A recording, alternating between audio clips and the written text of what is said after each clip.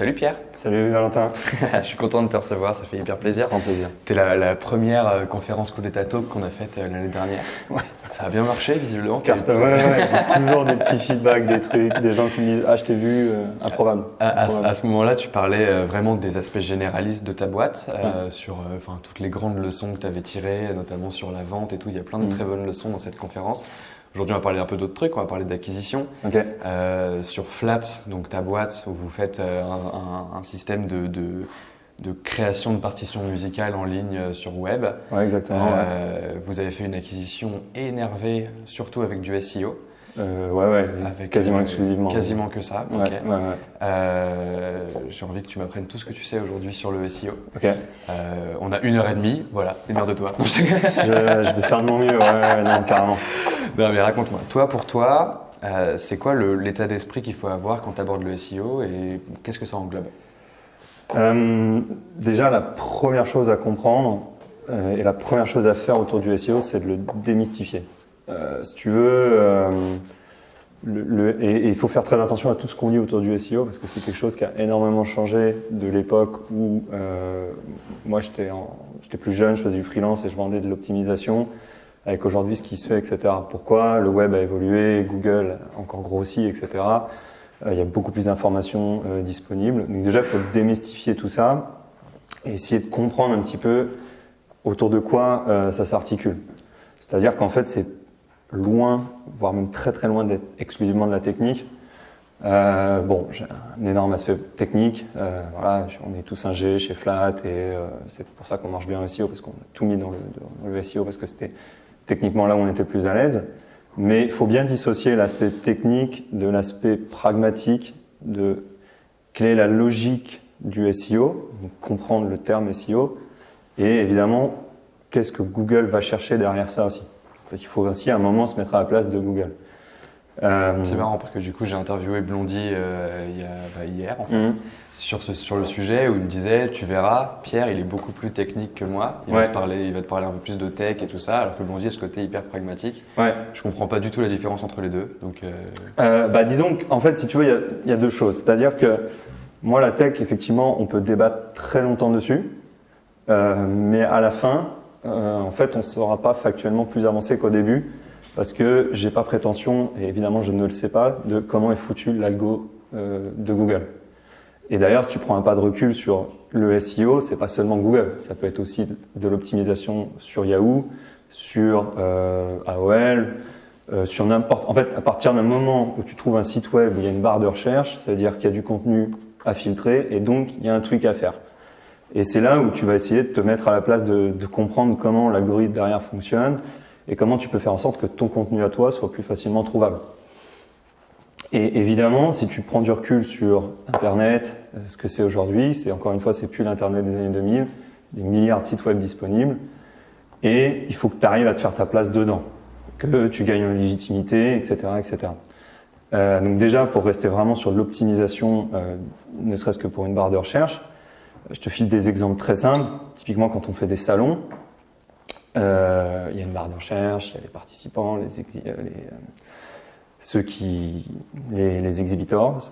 Comment ça tu sais, quand tu vas dans un salon, une conférence, il y a toujours des gens qui sont là pour visiter, t'en as d'autres, des exposants, voilà. Et tu te dis, les gens qui veulent visiter vont faire une recherche à un moment. Okay. Tu vois comment ils font, tu essaies de te mettre un peu à leur place et tu dis, ok, lui il va arriver à la conférence. Qu'est-ce qu'il va essayer de chercher pour trouver quelque chose qui l'intéresse sur Google ou sur sur la barre de recherche par exemple de cette conférence. Okay, Je te disais parce que ça simplifie énormément ce qui se passe derrière sur Google en fait. D'accord. Tu vois, typiquement, je vais à un salon autour de l'éducation, je sais déjà un petit peu ce que je veux et je vais taper logiciel de musique par exemple. Ok. Et en fait tu te rends compte que si tu mets logiciel de musique dans ta petite description, tout de suite tu sors avant tous les autres. Et en fait, c'est ça que tu vas te mettre. Ok, qu'est-ce que la personne va mettre en place, va écrire pour me trouver sur tel moteur de recherche. Donc évidemment, sur des trucs très simples, très basiques, comme le site d'une conférence, le site de je sais pas quoi, de n'importe quel PrestaShop qui existe, etc. Ou de là où tu peux référencer du contenu externe, essayer de se mettre à la place de la personne qui va faire la recherche pour sortir avant. Donc nous, des fois, c'était très simple. On mettait même dans nos mots-clés les noms des boîtes de nos concurrents. Parce que même si tu cherches la boîte de notre concurrent, sortez avant. Tu vois, et en fait, vu que c'était pas du tout poussé comme algorithme de recherche, on récupérait beaucoup plus de trafic pendant ce salon-là. Ouais. Optimisation. Et après, tu pousses ça à une échelle beaucoup plus grande sur des moteurs de recherche où là, on est des milliards à se battre. Ok, donc c'est arriver à trouver ce que les gens vont taper. Exactement, il faut anticiper ça. Il faut partir de cette base-là et se dire, ok, à partir de là, il y a énormément de choses à trouver sur Internet. La génération de nos parents, etc., sont un peu loin de ça. Nous, on l'est plus. Les jeunes qui viennent avant nous, c'est un automatisme. C'est-à-dire que moi, ma génération, c'est quasi un automatisme, mais tu as quand même plein de gens qui vont préférer poser une question plutôt que de taper directement dans Google bête et méchant. La génération qui vient après nous, c'est automatique. Ils se posent une question, ils la tapent dans Google. Donc à partir de là, tu te dis, ok, qu'est-ce que les gens vont vouloir, qu'est-ce que les gens vont taper pour essayer de trouver flat, par exemple. Et on a démarré de là. Donc il y a un aspect technique. Je vais revenir dessus après, mais la première étape, avant de commencer à préparer toute la tech, etc., c'est quand même se demander, ok, de quoi je parle, qu'est-ce que j'essaye de vendre, qu'est-ce que j'essaye de peut-être tout simplement distribuer, et comment j'en parle le mieux, et comment les gens vont en parler. Comment tu fais ça à la base? Comment tu fais ça? Tu le fais en ton âme et conscience, j'ai envie de te dire. Tu te dis, ok, nous, je te prends flat à l'époque, on s'est dit, ok, c'est un éditeur de partitions musicales en ligne, gratuit. Ça, c'était la description de Flat à l'époque. Parce que si on mettait juste éditeur de partitions de musique, il y avait énormément de résultats. Et donc, comment on pouvait paraître plus légitime dans 1, 2, 3, 4 millions de résultats, alors qu'on était les nouveaux, on était tout nouveau dans le bail, quoi. Donc, on s'est dit, ok, il faut qu'on soit hyper précis pour que la personne, si à un moment elle tape réellement tout ça, il n'y a pas d'erreur de casting. Elle est là. Vous savez que c'est juste. Comment on le sait? Après, on voit si les gens nous trouvent. Ok. Tu vois, si à un moment, c'est un pari, quand même. Ça reste un pari. Mais il faut que tu sois hyper honnête et il faut que tu fasses en sorte de ne pas te noyer dans la masse. Parce que, encore une fois, il y a 1 million, 2 millions, 1 milliard de résultats possibles pour les marchés les plus saturés. Et tu te dis, comment moi, j'arrive à être légitime dans ces recherches-là. Pour être légitime dans ces recherches-là, il faut être hyper précis au début sur ce que tu fais. Donc nous, tu vois, on a commencé par éditeur de partitions musicales en ligne gratuit. C'était pas suffisant, donc on a mis éditeur de partitions de musique en ligne collaboratif gratuit. Là, quand tu commences déjà à écrire tout ça dans ta barre de recherche, t'as genre 4 personnes qui tapent ça. Ouais, mais il faut commencer quelque part. Il faut commencer à un endroit, tu vois. Il faut pas oublier qu'on est quand même 7 milliards sur la planète, donc on n'est pas 7 milliards à avoir accès à Google, mais il y a quand même du monde à la fin de la journée qui tape des recherches. Donc la première étape, c'est ça, c'est quand même essayer d'être hyper spécifique sur de quoi je suis en train de causer. Donc tu vois, nous on a affiné comme ça. On s'est dit, ok, flat, au départ, on va en parler comme ça. Donc là, moi, je suis un entrepreneur qui démarre, qui a aucune idée de comment faire du SEO. Ce que tu me conseilles, c'est vas-y, essaye de te placer sur une requête extrêmement spécifique et de choper un peu de trafic grâce à ça. Ouais, disons tu poses une base. Donc nous, évidemment, tout ce que je vais te raconter, ça s'applique énormément au B2C. Parce qu'on prétend des trafics beaucoup plus importants que dans du B2B très spécifique, etc.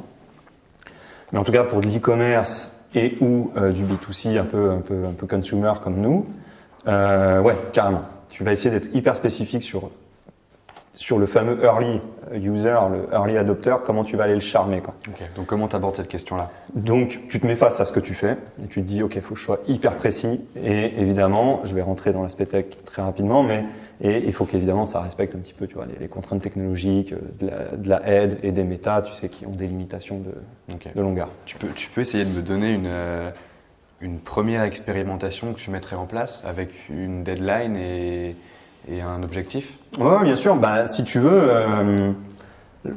l'objectif au début, je pense qu'il faut être humble, c'est-à-dire qu'il faut pas se dire que le SEO est une solution. Déjà, il faut comprendre que le SEO, c'est un outil comme un autre de croissance, que nous, dans notre histoire, on a effectivement hyper bien appréhendé, mais on l'a mis en place doucement. C'est-à-dire qu'on a vraiment commencé en se disant, qu'est-ce que c'est flat? Comme je viens de t'expliquer, on l'a décrit comme ça. Et on a attendu de voir ce qui se passait. Alors oui, bon, les premiers jours, on est très loin d'aujourd'hui. Il y a 4, 5 mecs qui viennent. Mais on a quand même du monde qui vient. Et ce qui est intéressant, et c'est pour ça que c'est hyper important, ce petit setup tech qui est là est un incontournable, de mettre en place la Search Console pour traquer ton site, etc. Parce que tu vas voir comment ces gens-là sont arrivés chez toi. Et où est-ce que tu te classais dans les résultats au moment où ces gens ont cliqué sur ton site. Et c'est ça qui va te permettre de voir que peut-être en fait une personne a parlé différemment de ton site, mais a quand même eu la patience d'aller page 5 avant de cliquer sur toi, tu vois. Donc sur les tout petits échantillons, tu peux observer. Ouais. Déjà, tu as des petites tendances qui se donnent. Et donc là, tu peux te dire, bon, ok, c'est bizarre. Lui, il y en a plusieurs, c'est récurrent sur une semaine ou 15 jours selon le trafic que tu es capable de capter, qui ont peut-être fait l'effort d'aller page 3, page 4. Ah ouais, tiens, c'est chelou. Donc tu te dis, peut-être que ce mot-là est mieux et plus pertinent pour eux, en tout cas de leur point de vue à eux. Donc il y a une phase de recherche pendant laquelle tu fais quoi concrètement? Tu crées ta landing. Tu fais une landing. Ouais. Tu n'as même pas besoin, si tu veux, d'être ultra canon. Parce que la première étape, avant même d'essayer de draguer les personnes qui sont laissées convaincre par ton panneau d'affichage sur Google, c'est d'abord de les attirer à cliquer sur le lien pour découvrir ta landing. Et c'est là où ça devient hyper intéressant. Et c'est là où il faut très bien comprendre l'intérêt pour Google aussi que tout marche bien. C'est-à-dire que quand tu fais les heads, les méta, toutes ces petites balises tech qui sont abordables par tout le monde en fait, ce que tu es en train de préparer, c'est un peu ton panneau de pub pour Google, etc. Et c'est là la première étape en fait. Et c'est comme ça que nous on divise notre stratégie SEO, c'est comment on parle aux robots de Google et après comment on parle aux humains. Parce que évidemment Google, il n'y a pas un mec dans sa cave ou des centaines de mecs dans leur cave qui scrollent et qui disent oh lui il a l'air mieux que celui-là, etc. Ouais. Il y a à la fin quand même un algorithme qui va devoir prédécider un minimum de qui est pertinent, qui n'est pas. Et c'est là où il faut être ultra pragmatique et où il faut se dire, ok, sur quoi Google va baser ses décisions binaires pour dire qu'un site est plus légitime qu'un autre. Parce que, évidemment, j'écris flat, éditeur de partitions musicales en ligne collaborative gratuit, mais il n'empêche que s'il me met première ligne des résultats mais que personne ne clique dessus, suis-je vraiment légitime? A priori, je ne plais à personne, donc il va déclasser. Parce qu'il n'y a pas d'interaction qui est faite autour de ça. Donc pourquoi Google référencerait quelque chose qui n'est jamais cliqué en première ligne? Ouais. Donc, c'est là où il faut être aussi pertinent. C'est-à-dire que des fois, tu peux devoir monter et te griser parce que tu sens que tu montes sur une recherche. Mais si tu vois qu'il n'y a pas de clic derrière, c'est bizarre. Pas de clic, tu veux dire genre une fois que les gens visitent le site? Non, juste il n'y a même pas de clic. C'est affiché, mais c'est pas cliqué. Ouais, okay. Tu vois, il faut faire vraiment attention à tout ça parce que derrière, la guerre, elle est à double tranchant. C'est-à-dire que tu veux monter, tu veux être pertinent sur des recherches, mais en même temps, il faut donner envie à la personne de cliquer. Donc, il faut donner de l'information à Google pour... donc, c'est le buzzword, c'est les keywords que tu vas lister, tu vas brainstormer, tout ça, etc. Et derrière, il faut quand même aussi que ce soit cohérent pour qu'un humain ait envie de cliquer dessus. Donc, tu as un petit équilibre à trouver.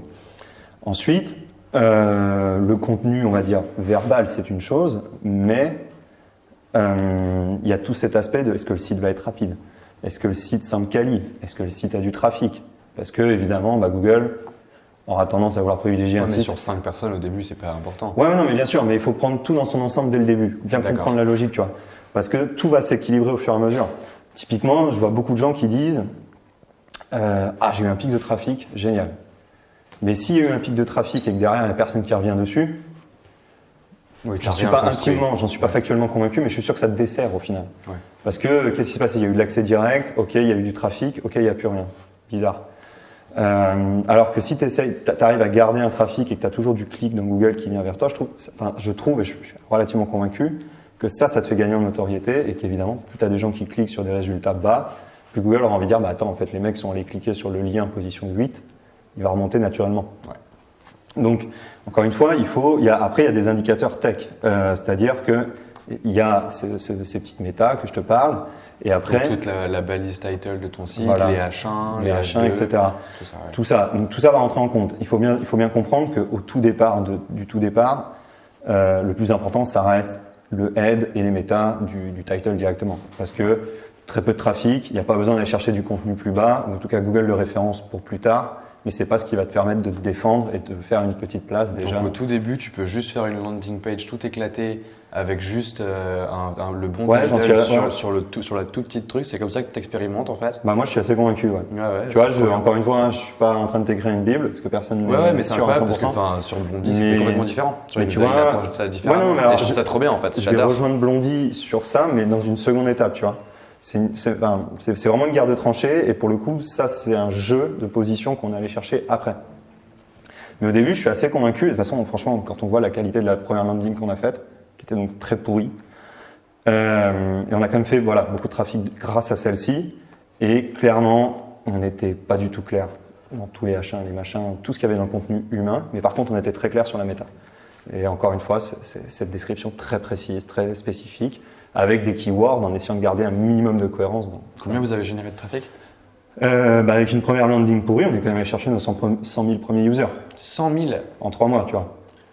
Donc, mais juste sur le mot-clé dont tu viens de me parler juste là sur une description hyper précise comme ça. Mais attends, et tu fais quoi pour passer à 100 000? Alors, après, attends, il y avait des demandes, il y avait une demande. Et on n'a pas lancé la France, on a lancé le monde, donc l'échelle n'est pas pareille. 100 000 à l'échelle du monde, dans un sens, c'est pas grand-chose. C'est beaucoup moins impressionnant qu'à Yuka, il y a quand même des boîtes comme ça. Une sale différence entre je lance ma landing toute merdique sur un mot-clé, je la mets dans la Search Console, j'installe mon Analytics et j'attends que ça se passe et il y a 100 000 personnes qui passent. Ça va vite, ça va super vite parce que t'en as des premiers qui cliquent, t'as un petit peu de bouche à oreille, essaye, machin, tout de suite t'as d'autres gens qui viennent. Quand tu parles d'un site web avec quelqu'un, et c'est là que ça devient intéressant, c'est que ce que tu as lu dans le web et tu as essayé, c'est bien, c'est pas bien. À l'époque, le site n'était pas bien en lui-même. La description était cool, donnait envie, mais derrière, on ne délivrait pas, tu vois.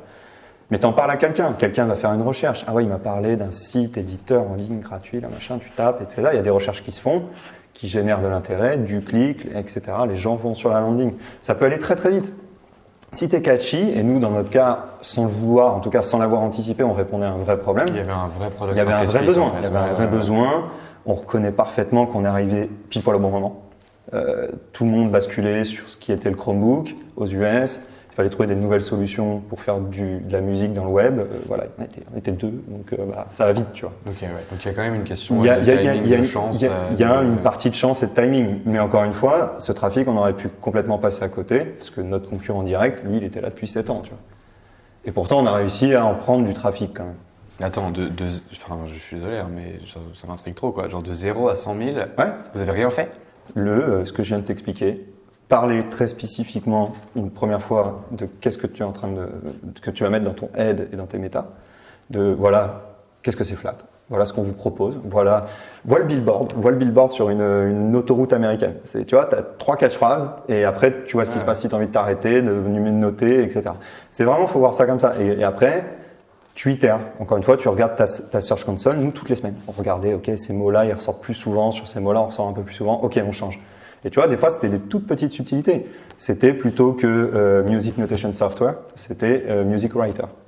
Et juste, ou Score Writer. Voilà. Et ça, vous le faisiez du coup en français et en anglais? On faisait que de l'anglais. Que de l'anglais? Ouais, okay. Ça aide à faire 100 000.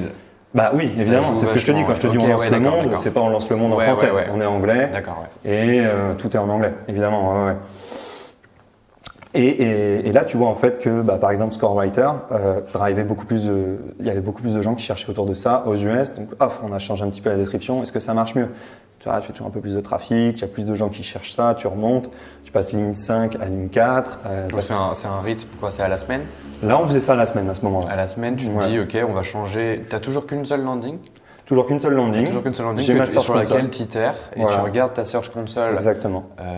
Toutes les semaines et tu dis, ok. Tous les jours, mais en tout cas, tu itères sur le contenu. De toute façon, tu faisais que ça, en fait, à ce moment-là. Non, parce qu'on avait quand même énormément de travail sur le produit lui-même. Le produit. Exactement. Okay. Mais si tu veux, on regardait juste les tendances et on prenait des notes, on réfléchissait. Et à la fin de la semaine, avec Vincent, on se disait, bon, alors qu'est-ce qu'on tente, tu vois. Et c'est là où il ne faut pas être fermé à l'essai. Attends, et sur ces 100 000 personnes, combien tu as eu de mails ou genre vous captiez des trucs ou c'était juste. Non, 100 000, c'est des mecs qui s'inscrivent, je te parle. Et en trafic? Je sais pas. Je t'avoue, par contre, je vais pas te sortir de chiffre parce que nous, si tu veux, quand je te parle de 100 000 users, c'est 100 000 sign-up. T'as eu 100 000 sign-up juste avec une landing sur laquelle vous travaillez toutes les semaines. Ouais, mais regarde bien, c'est là où ça devient intéressant. Et c'est là où je reviens sur le tirer parti d'autres sites web qui ont aussi des moteurs de recherche. C'est là où on a fait le trick. C'est-à-dire qu'on a itéré sur la landing et on s'est dit, ok, comment on peut faire ça plus vite parce qu'on est impatient et on veut aller plus loin, plus vite et capter plus de trafic. Comment on peut capitaliser sur des sites qui ont déjà du trafic pour en renvoyer vers le nôtre? D'accord. On a regardé, parce qu'on regardait les descriptions, on a vu que il y a des gens qui cherchaient Toujours la Search Console, c'est ça qui est ouf. C'est vraiment le premier truc à mettre, la Search Console. On a vu que des gens cherchaient un outil d'édition de partition musicale pour Chromebook. On s'est dit, tiens, Chromebook, c'est bizarre. On regarde le Chromebook, donc on voit qu'on a de la chance, qu'on est à peu près dans le bon timing. Et là, qu'est-ce qu'on trouve? Un Chrome Store. On se dit, ok, comment il marche le Chrome Store? On se rend compte que le Chrome Store est hyper bien référencé dans Google, parce que c'est un site Google évidemment, et que si tu es bien référencé dans le Chrome Store, où il y a 10 apps, tu es hyper bien référencé dans Google derrière. Chrome Store Google, ouais. Et là, on se dit, bon, allez, on fait une fiche produit. Donc tu as pris la plateforme existante du Chrome Store. On a pris la plateforme existante du Chrome Store, on a créé une fiche produit. C'était ni plus ni moins qu'un lien vers notre landing page. Et on a réappliqué exactement le même processus que je viens de te décrire pour le SEO Google même sur cette fiche produit, description, keyword, etc. Ils avaient une petite console à eux qui te délivrait avec pour aller chercher du contenu. Et là où on a fait notre première fois ligne 1 dans Google, c'était pas la landing directement de Flat, c'était notre page produit Chrome Store. Mais les gens voyaient ça. Il disait, donc là on pouvait mettre beaucoup plus de contenu, des photos, des vidéos, beaucoup plus de contenu écrit sans jamais. Donc là c'est ça qui est bien, c'est qu'on arrive sur les notions où Google, vu qu'il connaît le site Chrome Store, il s'autorise à donner plus d'informations dans la search. Et donc les gens ont plus d'informations, ils sont un peu plus tentés de cliquer, etc. Donc de 0 à 100K, c'était combien de temps? 3 mois. 3 mois, ça veut dire, et c'était quoi en termes de timing? Genre tu lances ta landing page, tu itéres dessus, et à un moment tu réalises qu'il y a le Chrome Store. En fait, on a plus ou moins tout fait en même temps. C'est-à-dire que okay. je te détaille les étapes, mais si tu veux, on s'est juste dit, ok, on lance en ligne, on voit que ça répond tout de suite. On regarde 1 semaine, 2 semaines, 3 semaines. On est des éternels impatients chez Flat. Vincent me dit, attends, là il y a des recherches Chromebook, Chrome Store. Je regarde Chrome Store, je fais, ah ouais, j'en mets. Et ce qu'on aurait pu faire à l'époque, qu'on a pensé que beaucoup plus tard, c'est qu'on aurait dû même faire juste des vidéos qui parlaient de Flat sur YouTube. Parce qu'aujourd'hui, on arrive à bloquer les recherches de nos concurrents juste avec une vidéo pas hyper quali, avec un beau titre sur YouTube. Parce que YouTube est mieux référencé que notre concurrent. Okay, ouais. Tu vois, donc il faut vraiment pas avoir peur de passer au travers de quelqu'un d'autre. Mais c'est un état d'esprit de hacker en fait. Ouais, complètement. C'est vraiment, tu es tout le temps en train de te poser la question de comment on fait plus. Voilà, mais tu vois, c'est encore une fois, c'est là où il faut dès le début et très simplement se décomplexer du SEO et bien comprendre qu'en fait le SEO c'est juste, c'est pas un annuaire, mais tu vois, à la fin Google, sa mission c'est que les gens ils aient le sentiment de trouver des trucs grâce à Google. Si Google référence que de la merde, c'est de la faute de Google, c'est pas parce qu'il y a que de la merde à référencer, tu vois. Donc si tu te retrouves dans la position où tu es passé par un site que Google estime quali et que sur ce site, ta fiche est quali, hop, tu bypasses. Tu n'as pas besoin de justifier de légitimité directement sur le Google Search, mais Google va dire, ok, cette fiche-là, elle est bien, et si sur ce site web-là que je considère de notoriété suffisante, ça se passe bien, je la mets en avant. Donc on est d'accord qu'aujourd'hui, c'est pas possible de faire ça? Je pense que le Chrome Store maintenant, ça serait beaucoup plus compliqué. C'est beaucoup plus compliqué. Disons qu'il y a beaucoup plus d'apps, beaucoup plus d'add-ons, c'est beaucoup plus rempli qu'à l'époque. À l'époque, on était dans la section musique, on était 10 quoi. Tu vois. Et la leçon à retenir de ça, c'est plus. Il faut rester très ouvert. Regarde partout. Ouais, il faut regarder partout et il faut essayer de trouver l'endroit où il y a du trafic. Évidemment, bien plus supérieur à ce que tu fais toi. Et qui permettrait de valoriser ton contenu directement au travers de ça sur Google. Parce que la façon dont ça valorise ton contenu en termes de SEO, avec cette histoire de Chrome Store, c'est le fait qu'il y ait beaucoup plus de visites sur le Chrome Store que sur votre site et qu'il y ait un lien qui renvoie vers votre site. L'histoire du lien encore même pas, tu vois, c'est un peu juste fini, le trafic que ça amène. C'est juste que, en fait, là, les mots-clés sont les mêmes. Mais un mot-clé équivalent, le Chrome Store a une bien meilleure notoriété. Donc tu n'as pas fait remonter ton site directement, tu as fait remonter le truc mon du trafic, Chrome Store, donc et ça te faisait monter ton trafic. Ça m'a fait augmenter mon trafic, parce que mon trafic a augmenté, un peu de bouche à oreille. Tu vois, une personne essaye le site web, il a envie de revenir dessus, il tape une recherche, il revient dessus, etc. etc. Et ça te donne une base de légitimité. Okay. Et donc tu vois, encore une fois, là, dans tout ce que je te raconte, on a capitalisé que sur le head meta. Il n'y avait pas Il n'y avait aucune magie. Il n'y avait pas de copywriting, il n'y avait pas de... Que dalle. Genre, tu vois, on a juste mis en ligne. Et donc, toutes les semaines, c'était et on passait, on regardait, OK, le Chrome Store se situe là. Encore une fois, comme je te dis, on aurait pas pu faire YouTube en même temps, mais on n'y a pas du tout pensé. On le fait maintenant.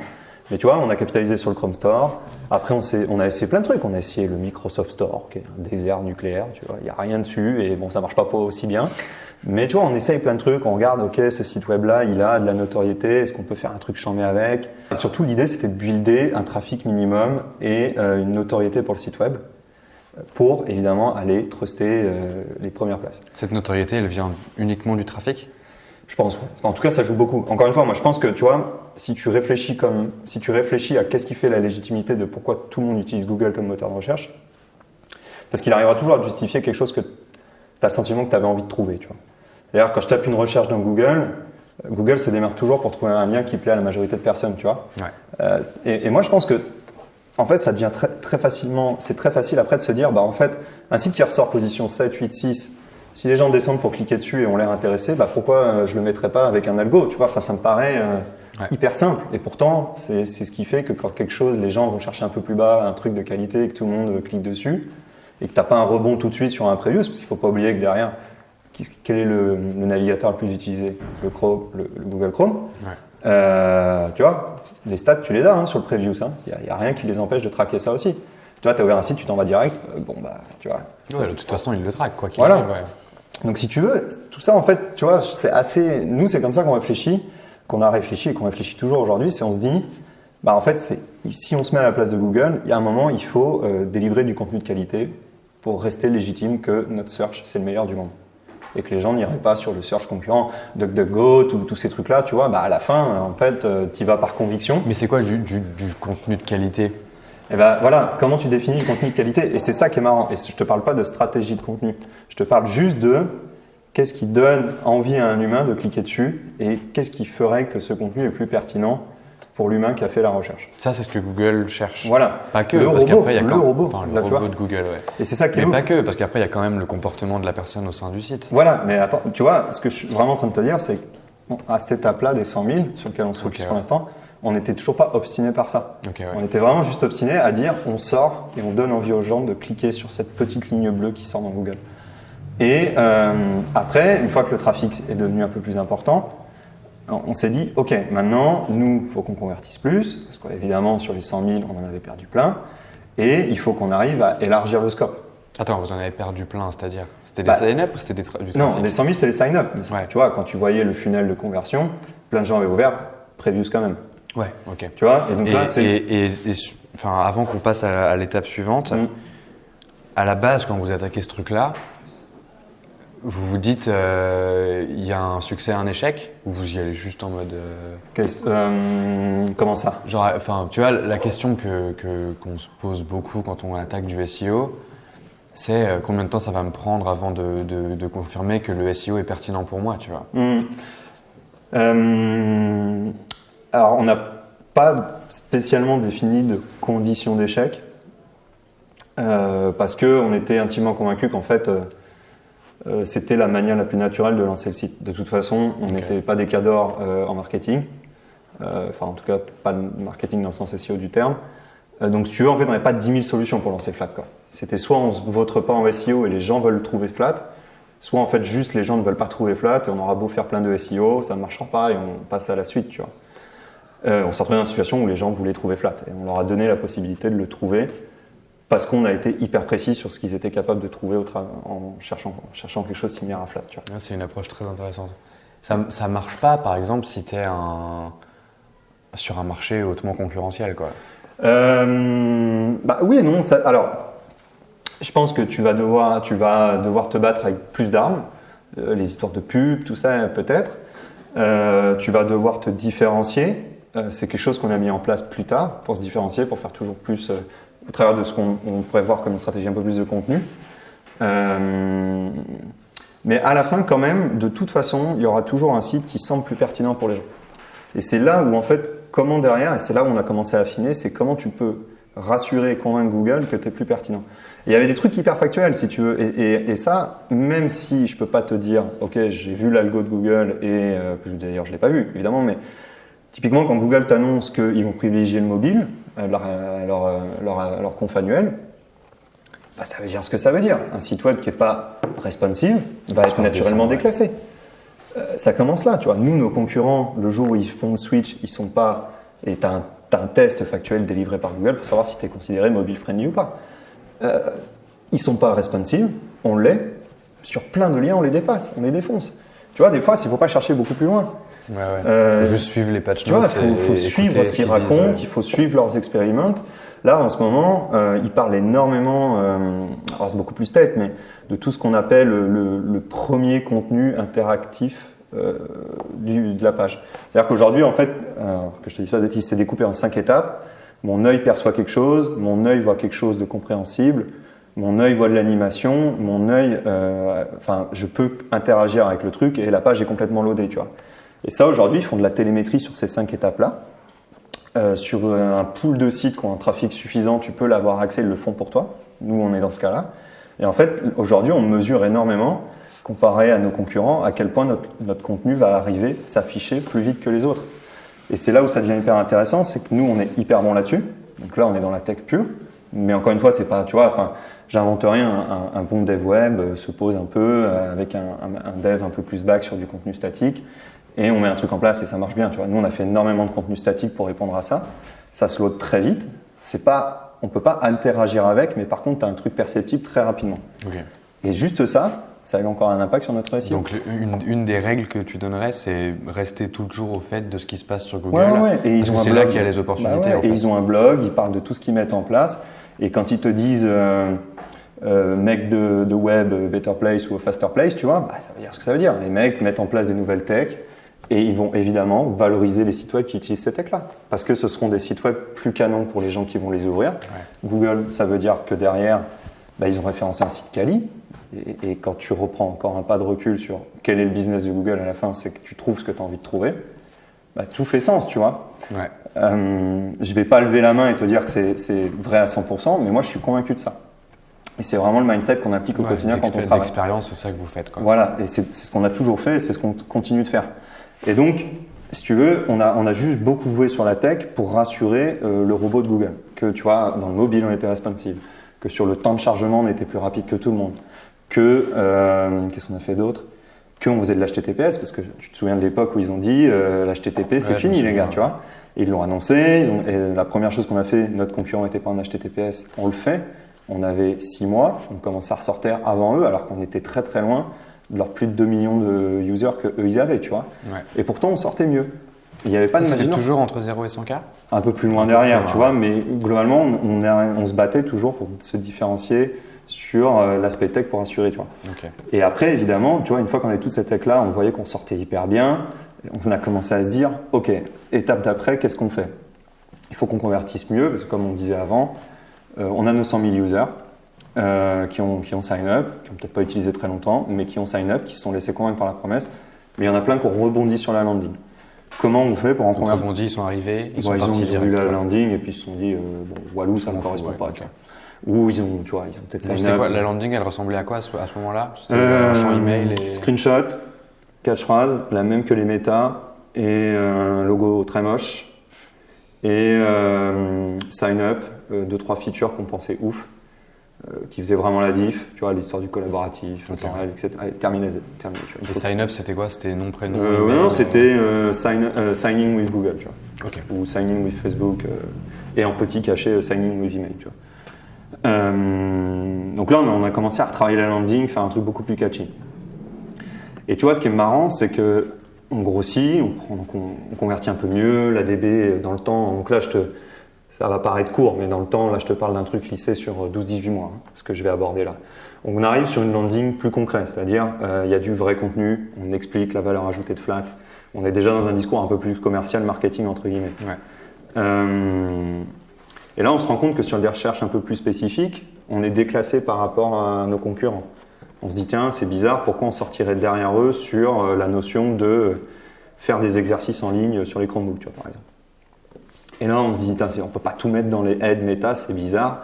Et là, on arrive sur les fameux H1, tout ça. Tu vois, tu te dis comment j'amène un peu plus de contenu statique, que donc Google peut lire avec son robot, peut parser, pour que si la personne fait une recherche un peu plus spécifique, Google puisse dire ok, donc là la notion de base c'est flat, c'est un outil en ligne de partition, et dans le H1 deuxième viewport, il parle effectivement d'assignment pour les étudiants sur Chromebook par exemple. Et là on s'est dit ok, donc on a commencé à réécrire nos H1, nos descriptions, etc.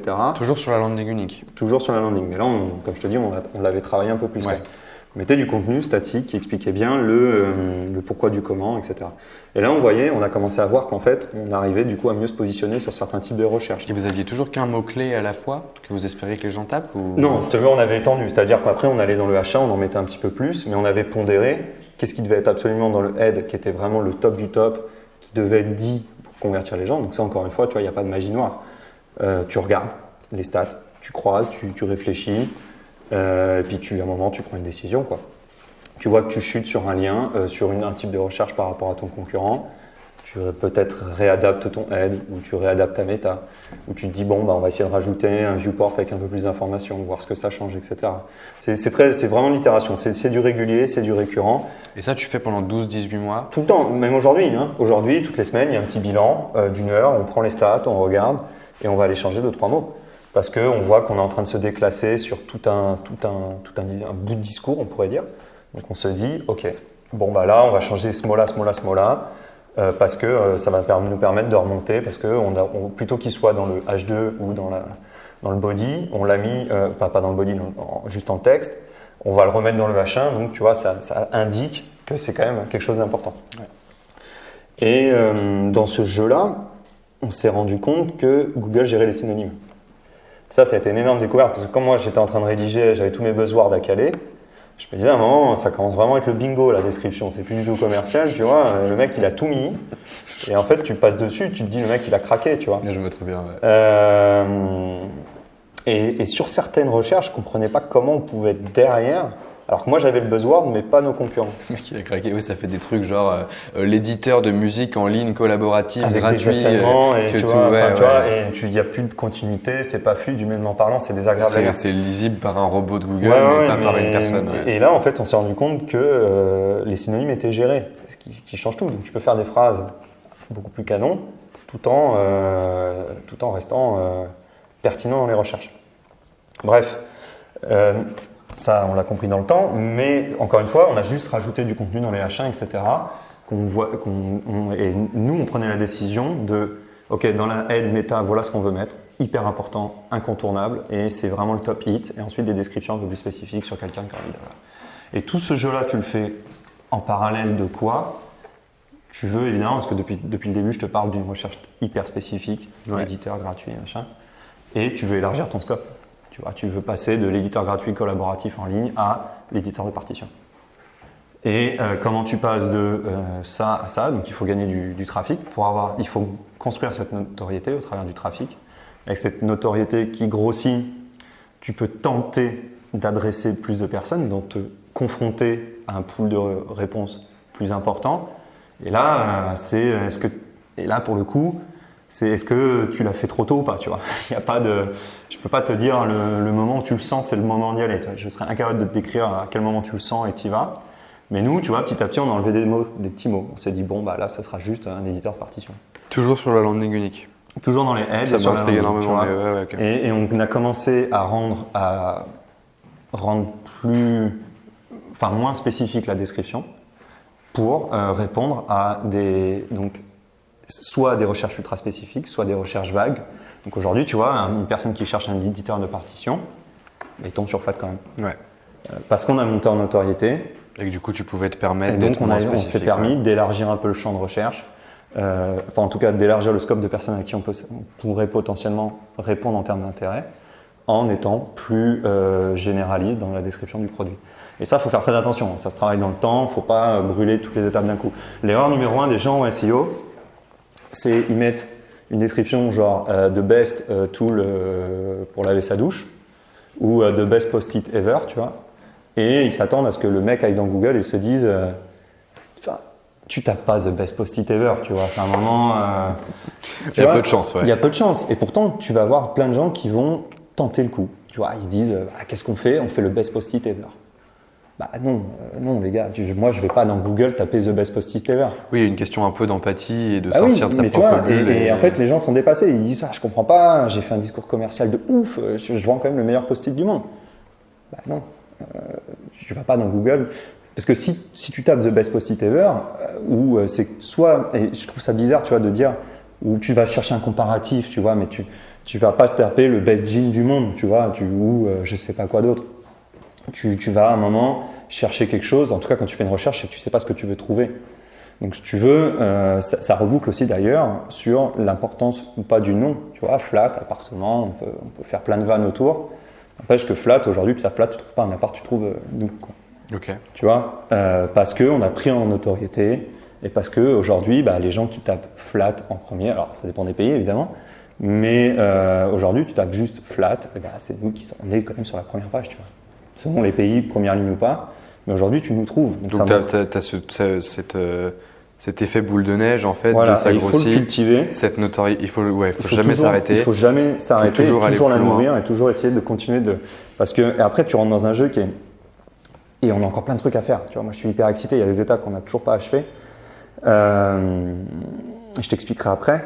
Mais en gros, tu vois, si tu restes pragmatique sur ce que les gens vont chercher et que tu t'élargis de petit à petit. Petit à petit, tu vas adresser plus de personnes, les gens peuvent te trouver, peut-être qu'ils vont cliquer, peut-être qu'ils vont pas cliquer, mais en tout cas, après, tu affines ce que tu vas raconter selon les recherches, etc. Et les personnes vont plus ou moins convertir. Donc, tu as de 0 à 3 mois cette espèce de test initial avec la mise en place de différents phénomènes avec le Chrome Store, etc. Puis ensuite, tu as 12-18 mois derrière. Ou toujours pareil, toutes les semaines, tu es en mode comment je fais pour réaffiner comment je fais pour réaffiner. Et tu as des baisses, tu as des montées. Mais c'est comme une partie de risque. Tu prends des bêtes, tu positionnes, tu poses des jetons à des endroits et tu prends des paris. Et peut-être tu vas gagner, peut-être tu vas pas gagner. Nous, on utilisait un outil qui s'appelle d'ailleurs toujours Serposcope, dans lequel tu vas préenregistrer des recherches. Et tous les jours, il va effectuer ses recherches de façon complètement anonymisée pour éviter, tu sais, la suggestion selon tes goûts, etc. ou selon ta localisation. On avait automatisé ça avec un script et en gros, par pays, par recherche, on voyait tous les jours, on en était entre 1 et 8 dans les résultats de recherche. Et donc après, ils te mettent un peu de couleur pour que ça aille vite. Et ça, on l'a également fait pour nos concurrents. Donc en fait, à partir de là, tu as un espèce de mini tableau où tu regardes, ok, là sur cette recherche-là, eux, ils sont en train de remonter, c'est chaud. Tu fais un changement, tu vois qu'ils viennent de tomber de 8-12 places, tu dis ok, gagné. En même temps, bon, ça drive 100 mecs par jour, est-ce que ça vaut vraiment le coup de perdre à côté, tu vois, et tu pondères, et tu joues, et tu te dis ok, bon bah là, on a gagné des places sur cette recherche-là, mais en même temps, à la fin du truc, ça fait que 150, 200 mecs en plus. Est-ce que ça vaut le coup, est-ce que ça vaut pas le coup? Du coup, ça leur permet de remonter là. Est-ce que c'est vraiment en lien ou est-ce qu'ils ont changé un truc? Ça paraît vaseux, mais en fait, ça te prend 1 heure, 1 heure et demie, tu vois. Tu te poses, tu regardes, en plus, il y a des belles couleurs, donc tu vois, c'est très, très, très parlant. Et on a fait ça. Et après, tu vois des nouvelles recherches ou tu veux lancer une nouvelle feature. Hop, tu rajoutes dans ton Serposcope et tu regardes. Parce que sur les 12-18 mois, vous avez sorti le produit aussi? Oui. En fait, c'est un produit qui a toujours été là. C'est juste qu'on a vraiment itéré et sur le produit et il n'y avait pas de production. Vous faisiez que 2 choses en fait. Vous faisiez que. De toute façon, on savait faire que ça.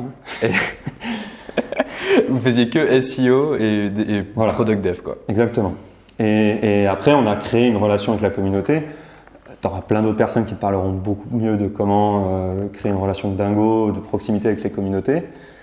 Nous, la seule chose qu'on a faite, c'est on a beaucoup échangé avec eux par email pour essayer de comprendre certaines recherches. Des fois, je posais des questions bêtes, tu vois, je disais ok, je suis français, est-ce que vous définiriez ScoreWriter comme un vrai motif de recherche pour tomber sur Flat, tu vois? Ou je comprends pas, qu'est-ce que vous avez tapé pour venir sur Flat? Et en fait, quand tu arrives, tu as une proximité comme ça qui se crée d'un coup.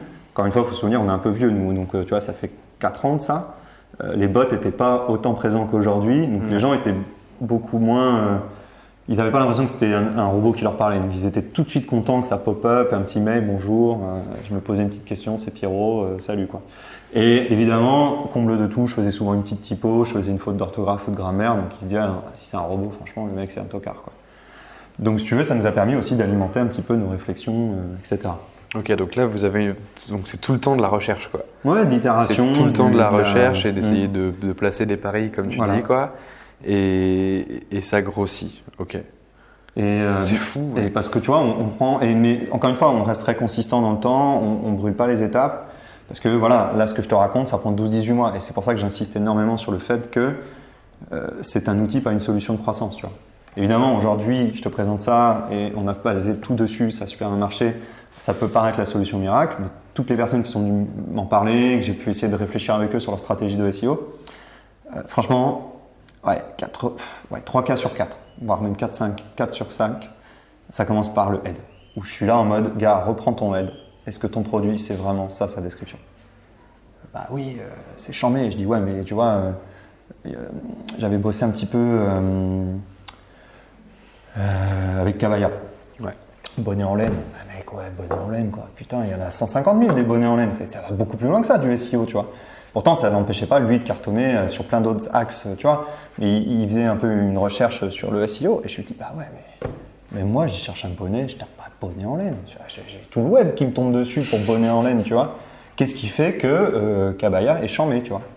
Et qu'est-ce qui fait que quand je vais chercher quelque chose pour un bonnet, je tombe sur Kabaya et je tombe pas sur le bonnet en laine d'Amazon, tu vois? Bah oui, tu vois. Tu peux pas te battre contre Amazon. Ouais, ça a beaucoup de sens, ouais. Tu vois, et ça démarre là.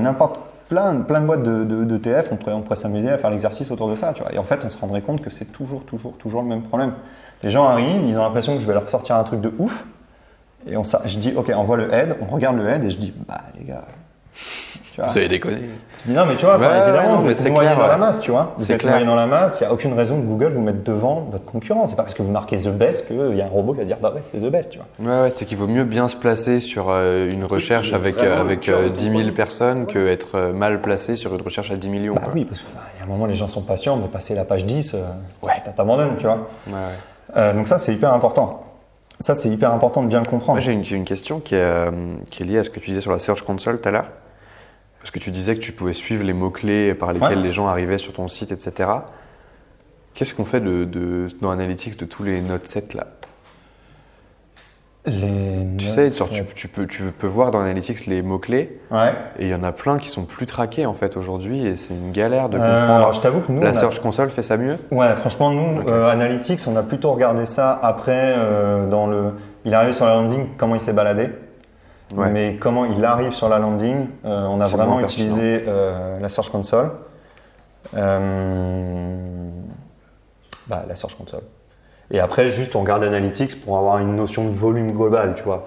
L'idée, c'est qu'il n'y en a pas un qui est mieux que l'autre. C'est juste que je pense que l'Analytics va te donner une vision généraliste de un peu ce qui se passe. Et la Search Console va t'aider à prendre des décisions affinées. Et tu peux d'ailleurs croiser ça aussi avec le Ad Planner, où tu ne vas pas pour payer, mais de savoir le prix d'un bet et le trafic par mot-clé, ça peut te donner aussi des indications. Donc tu vois, à la fin, on est venu rajouter ça dedans aussi. On regardait sur certains mots-clés quel était le trafic que le Ad Planner de Google nous annonçait, combien c'était le prix et combien était le gain évalué. Tu vois. Enfin, ça vous servait à quoi? Juste à se donner une idée sur des tendances, tu vois. Parce que parce que le Ad Planner te donne un average du volume autour de ces mots-clés-là aussi, tu vois. Okay, ouais. Donc, quand tu n'es pas du tout positionné dessus et que tu considères que peut-être c'est intéressant, tu vois que tes concurrents ne le font pas, là tu commences à manquer un peu de data pour savoir de quoi on cause. Et Google Trends? Alors Google Trends, on a un peu utilisé, mais pas tant que ça, tu vois. On a joué un peu avec.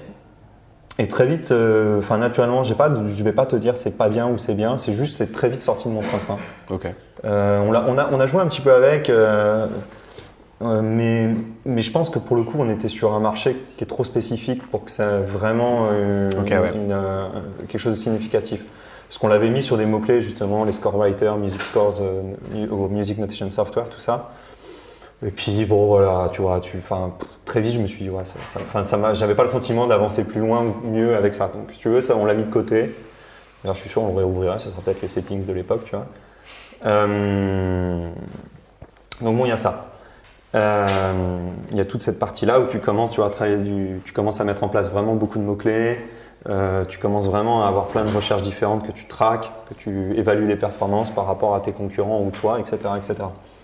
Et là, encore une fois, tu vois, il n'y a pas derrière de stratégie de referral, il n'y a pas de stratégie de machin. Tu vois. C'est juste, on continue d'essayer d'être le plus global possible, de répondre à une demande, ou en tout cas quelque chose que les gens vont chercher dans Google. Après, il y a ce mythe, qui est quand même important, on le reconnaît, hein, ça a changé, il y a eu un avant, un après qu'on ait réussi à faire ça. Il y a quand même cette notion de combien de liens pointent vers toi.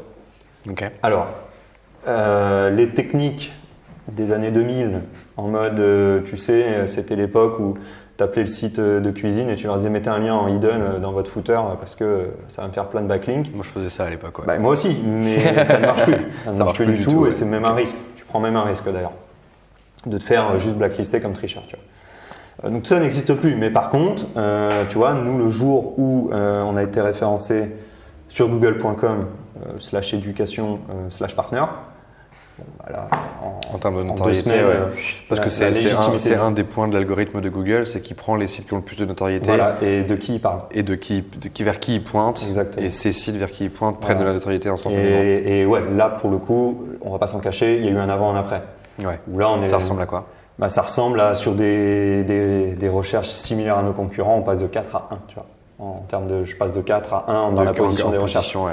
Tu vois, et à partir de là, évidemment, ça a accéléré notre croissance. Je ne pourrais pas te la quantifier, mais en restant dans un sujet SEO pur, sans aucun changement, on passait en moyenne de 3, 4, 4, 5 à 1, 1, 2, tu vois. Ouais. Donc évidemment, et là on s'est dit, bon, ok, ça marche toujours un peu quand même cette affaire. Donc là, on allait chercher à Microsoft.com. Là, on est allé et sur des sites qui n'ont rien à voir avec Flat, DigitalOcean.com. Et on s'est dit, bon, allez, quels sont Comment Microsoft, on a fait une app sur leur store. Ok, ouais. Et comme c'était à Microsoft.com /store quelque chose, ça a aidé. DigitalOcean, c'est parce qu'on faisait partie de leur programme de start-up. Et là, c'était un peu la surprise, mais quand ils ont dit ouais, on fait des. J'ai dit à Vincent, je dis écoute, on s'entend bien avec eux, ça fait hyper longtemps qu'on est chez eux, il y a le programme, essaye de te démerder pour qu'on soit dans les témoignages, tu vois, essaye de pousser un peu sur le feedback. Coup de bol, ça marche, tu vois, boum, ça a un impact aussi, on gagne en notoriété, etc. C'est marrant. Donc en fait, vous cherchez tous les idées pour avoir des gros liens qui backlinkent. Voilà, tu vois, et t'es pas obligé d'aller chercher tout de suite un truc qui a un lien direct avec ce que tu fais.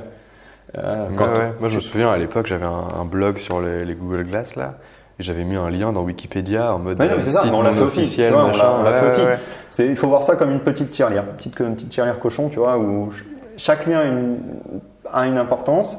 Évidemment, certains vont être beaucoup plus importants que d'autres, mais tu peux pas baser toute ta stratégie juste sur du lien comme on pouvait faire il y a 15 ans. Tu vois. Donc tu as ce besoin de quand même bâtir ta notoriété et après ça vient accélérer le j'ai envie de te dire que tu peux bâtir une notoriété sans ces backlinks-là, mais encore une fois, les faits nous montrent que le google.com nous a complètement…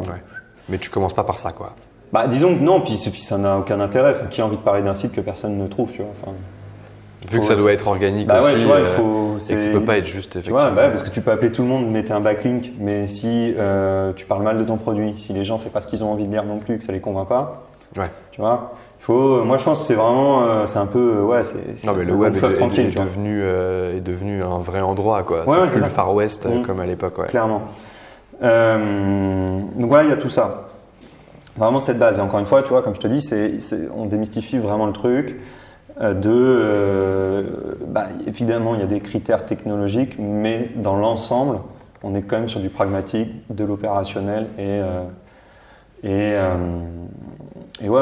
c'est de l'ops, tu vois. C'est vraiment, c'est pragmatique, quoi. Tu vois. Donc là, c'est vraiment juste. Moi, je trouve ça fascinant. Hein. Genre, tu as une approche qui est récupère le plus d'infos possible sur où t'en es avec comment t'as dit que ça s'appelait l'outil? Serposcope. Donc tu peux vraiment monitorer ta position et celle de tes concurrents. Et tous les jours, tu vas checker comment ça se place. Source, donc n'importe qui peut l'utiliser, c'est gratuit, c'est génial, quoi. Trop bien. On fera une fiche dessus. Tu utilises un outil comme celui-là, ou en tout cas tu te penches là-dessus. Tu regardes tout le temps ce qui se passe. Tu modifies ta page et elle monte. Et elle monte ou elle descend. Hein. Attention, ça marche dans les deux sens. Mais parce que c'est Game of Thrones, c'est pas parce que tu t'es assis sur le trône position 1 que tu vas y rester longtemps. C'est tout l'intérêt et c'est une erreur qu'on a fait d'ailleurs. À un moment, on était vraiment trusté en haut et moi j'ai un peu arrêté pour me concentrer sur d'autres sujets et un jour j'ai rouvert, j'ai fait oh putain, Donc tu oublies un petit peu qu'en fait, parce que tu as du trafic, tu oublies de surveiller et ça ne te pardonne pas. Ouais. C'est un truc où il faut mettre une routine en place et c'est comme la routine de sport. Il ne faut jamais s'y dérober. Il faut la garder et sinon ça devient très vite ingrat. Tu vois. Ça te correspond bien. Exactement. Grand sportif. Donc il y a ça et après on arrive dans une autre notion qui là était hyper intéressante. Si tu veux, c'est que donc ça nous a aidé vraiment à bâtir Flat, ça nous a aidé à arriver globalement. Donc on avait 78% de notre acquisition, elle était organique sur le SEO. Le reste était de l'accès direct, plus ou moins soit des gens qui avaient entendu parler de Flat et qui avaient tapé directement flat.io, soit un gars avait envoyé un lien, bref. Et on s'est rendu compte d'un truc ensuite, c'est que non, avant ça, comment on a accéléré dessus. Ça nous a donné nos 1500 sign-up par jour. Tu vois. Ok. Ensuite, on a vu qu'on avait une communauté qui grossissait dans des pays un peu plus spécifiques. Et là, on s'est dit, mais attends, dans un pays hispanique, si on cherche, alors je ne parle pas espagnol, mais partitura, tout ça, là, en fait, si tu faisais une recherche généraliste, il n'y avait que 115 000 résultats. Okay. Tu te dis, attends, il y a quand même une communauté hispanique au monde qui est chambée, qui est quand même hyper à bloc dans la ZIC. Et si eux font une recherche en espagnol depuis leur petit Google, quel que soit en Amérique du Sud ou en Espagne, il n'y a que 115 000 résultats à l'échelle du monde, à l'échelle de l'Internet. Tu vois. Tu te dis, putain, attends, avec ma petite notoriété de base, qui était déjà conséquente quand même à l'époque, comment je vais dire à Google, mec, je suis dispo en espagnol. Et là, moi, je flippe. Je dis, j'avais jamais fait ça, cette phase d'internationalisation du référencement. Je dis à Vincent, attends, il faut traduire tout le site et tout, ça va être compliqué. Il me dit, non, on va juste traduire la méta et la head. Et l'abus. Et en fait, c'est là, alors là, il y a une erreur importante à éviter, qu'il faut faire très attention, c'est que il faut absolument utiliser les bonnes balises pour signaler à Google qu'il y a du contenu disponible dans une autre langue. Tu sais, il y a plein de sites, on voit, ils font l'erreur, il y a un bout de JavaScript qui regarde quelle est la langue du navigateur, du navigateur ou du système et qui dit OK, je reload dans telle langue. Sauf que Google n'exécute pas le JavaScript, ce serait une faille de sécurité catastrophique. Donc il y a des balises spécifiques à ça qui sont importantes de mettre en place pour signaler au moteur de recherche que pour les Espagnols, on a soit un espagnol général, soit un espagnol d'Argentine, un espagnol de Pérou, un espagnol de machin. Ça, tu tapes sur Google, tu trouves quoi. Même dans la Search Console, il y a un petit tuto là-dessus. Okay, hein. Et à partir du moment où tu le mets en place, si tu fais de la merde, il te signale direct dans la Search Console, tu as un énorme warning, etc. Et là, ça a été radical. C'est-à-dire qu'on a juste mis éditeur partition, donc en espagnol. La semaine d'après, on avait un trafic beaucoup plus important qui arrivait de tous les pays hispaniques. On s'est dit, c'est chambé. Ce qu'on va faire, c'est qu'on va demander à la communauté de nous faire pour chaque pays. Donc là, on a commencé à juste dire, bon, si vous voulez un compte gratuit, traduisez les heads et juste les viewports de la landing. Et là, polonais, roumain, italien, suédois, danois, coréen, japonais, c'est parti dans tous les sens. Et en fait, on se rendait compte que dès qu'on sortait d'une recherche en anglais, il n'y avait personne qui traduisait, ou en tout cas qui faisait suffisamment bien les choses pour signaler à Google que c'était disponible dans une autre langue. Parce que ça, c'est bien beau de mettre dans le footer, cliquez là pour avoir la version. Et ça, Google, ça lui parle pas, ça, tu vois. Ouais. Il y a une balise, tu l'utilises, ou si tu l'utilises pas, il le saura pas. Et là, on se déploie, boum, on va chercher encore plus de trafic dans toutes les langues, etc. Le contre-pied de ça, c'est qu'aujourd'hui, on est un peu dépassé. Mais si tu veux, dans une dynamique SEO pure, c'est du délire. C'est-à-dire que tout le monde se dit, il faut se lancer en anglais, mais à un moment, en fait, il faut aussi se dire, putain, mais en fait, il n'y a personne qui target les Espagnols. Mais c'était que le head et les achats. Étape 1, ouais. Et après, la landing, les viewports de la landing. Okay. Ce qui est important de dire, c'est que malgré toute cette notoriété, tout ça, tout est toujours à faire pour chaque nouvelle page. Tout ce que je te raconte depuis bientôt 1 heure, il faut toujours le réappliquer à chaque nouvelle page. Tu vois, quand on a lancé les tablatures sur Flat, parce que là, du coup, jusqu'à maintenant, on est toujours sur une landing. Ouais, on est sur une landing. Une landing avec le produit derrière. Voilà, avec le produit derrière et des viewports. Mais le produit derrière, il n'est pas référencé. Non, nous, ce qu'on référence, c'est juste la landing. C'est la landing, et derrière, à ce moment-là, en tout cas, c'était une landing qui attirait du monde. Un petit peu de Chrome Store toujours, mais ça descend et aujourd'hui, c'est plus rien. Et du bouche à oreille. Du bouche à oreille énormément, tu vois, mais avec un marketing râle et pas crête, comme aujourd'hui. Et donc si tu veux, on prépare les tablatures, etc. Et on se fait un peu griser, tu vois, on cartonnait, on trustait les places numéro 1, etc. Enfin les premières lignes dans les résultats. Et on s'est dit, bon, ok, on lance les tablatures, quels sont les scopes qu'on peut adresser les plus larges, tu vois. Donc là on regarde qu'en fait autour des tablatures, il y a le fameux site Ultimate Guitar qui cartonne de ouf en trafic et Guitar Pro. On regarde, ils n'ont pas le droit de déposer une protection de marque dessus parce que c'est des mots trop généralistes. On fait une landing, dit Ultimate Guitar Pro Tab Experience. Et on se dit, on fait un head là-dessus, landing dédié, et on va cartonner parce que voilà, Flat a une notoriété de malade, la landing page principale a une notoriété de malade, donc celle-ci, elle va truster direct. Fiasco. Ça a mis 1 an et demi à ressortir. Ah ouais. Ah ouais. Je te jure, on a lancé le truc, on sortait nulle part. On ne sortait nulle part, tu vois. Et donc on a commencé à regarder, on était un peu dégoûtés et tout. Et bon, stratégie faisant, on a dit ok, les tablatures sont en place, mais en fait il nous manque plein de trucs, donc on va pas trop valoriser. On laissons comme ça et voyons le temps que ça prend, tu vois. Ce qui est quand même un luxe de se dire on peut attendre 1 an et demi. Ouais. Mais tu vois, on a laissé faire. Et aujourd'hui, c'est monté doucement mais sûrement. Ça a mis 1 an et demi, tu vois. Et donc aujourd'hui, le trafic est pas mal. Si on avait réappliqué tout ce que je viens de te raconter depuis 1 heure sur le lancement de cette landing-là, très spécifique, et pof, on réécarte doucement, etc., on aurait pu vraiment cartonner beaucoup plus, quoi. Ouais. Donc rien n'est acquis. Et c'est pas parce que tu l'as acquis sur une page, il faut le faire toujours aussi bien. Tu vois. Évidemment, je pense que la notoriété a fait qu'on a quand même ressorti un petit peu plus vite. Mais on était très très loin du pari de ouf. Là, c'est hyper intéressant parce que tu as Blondie d'un côté qui dit moi je crée 50 landing pages d'un coup pour bourriner en termes de contenu et du coup il peut pas optimiser aussi bien que toi. Et toi tu fais un truc disons que ouais. Genre très fort quoi. Une landing très fort. Ouais, une landing très fort ou en tout cas tu itères très fort dessus. Et, c'est ça, ouais.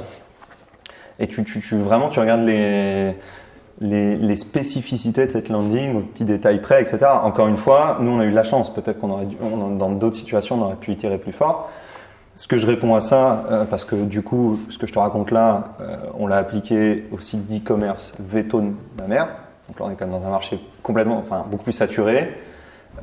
Tous ces conseils techniques là, et derrière de bien remplir les balises pour chaque produit, t'automatises, hein.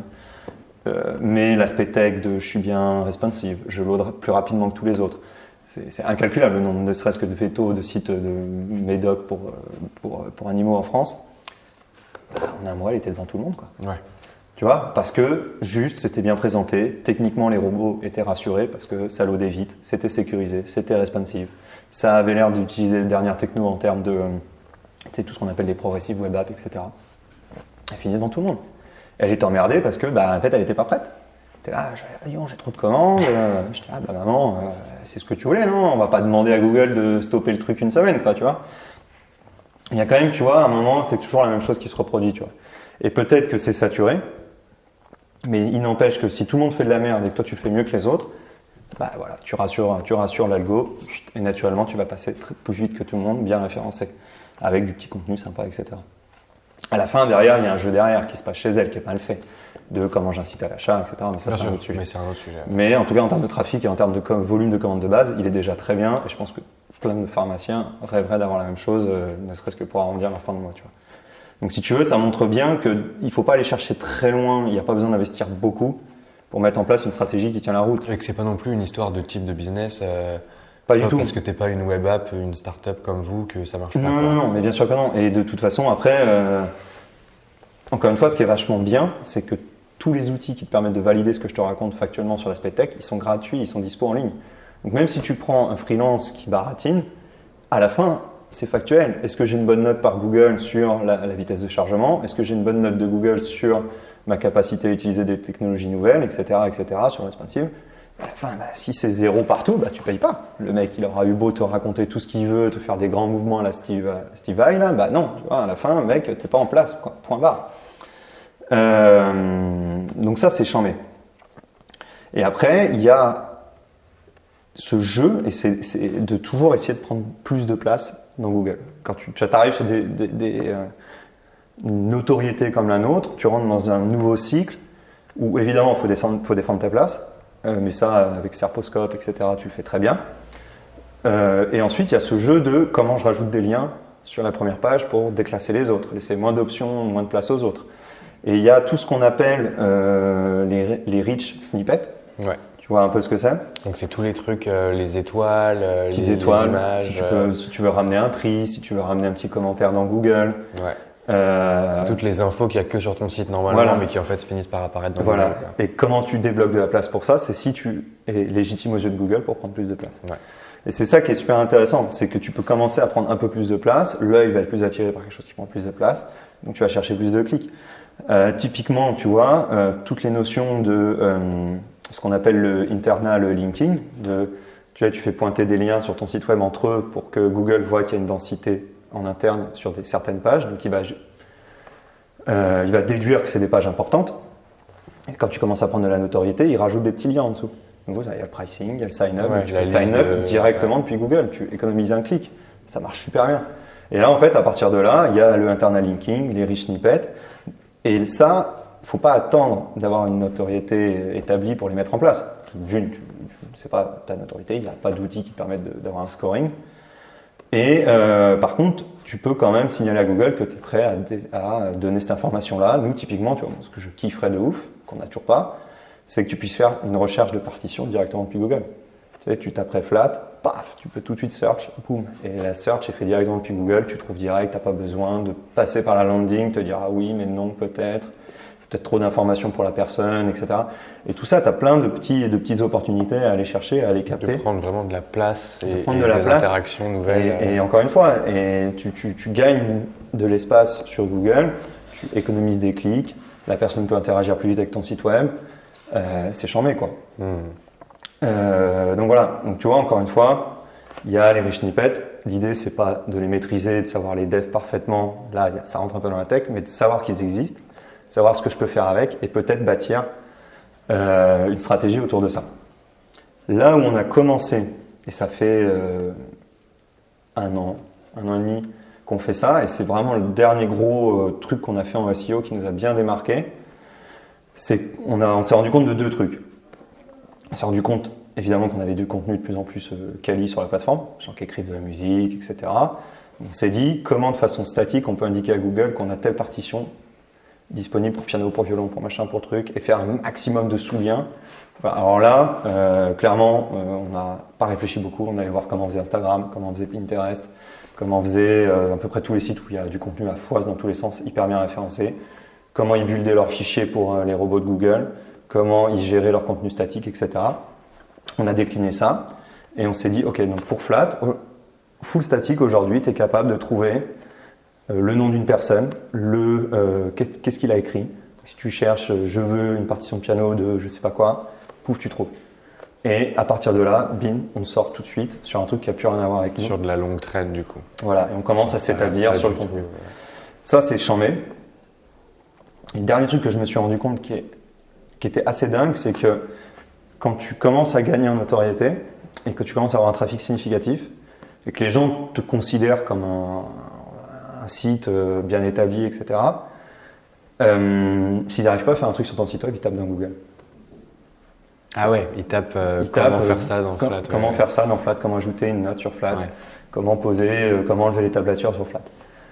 Et là, on a commencé à avoir des mecs qui ont commencé à avoir des hits de recherche sur des trucs qui manquaient dans notre FAQ ou des trucs comme ça, depuis la Search Console. On s'est dit, putain, c'est quoi ce délire? Et on a halluciné et on s'est dit, attends, qu'est-ce qu'on fait du coup? On s'est dit, bah, tu sais quoi, on refait toute la FAQ en contenu statique, proprement référencé pour Google. Tu vois. Que ça tombe chez toi. Et c'est là où ça devient malsain.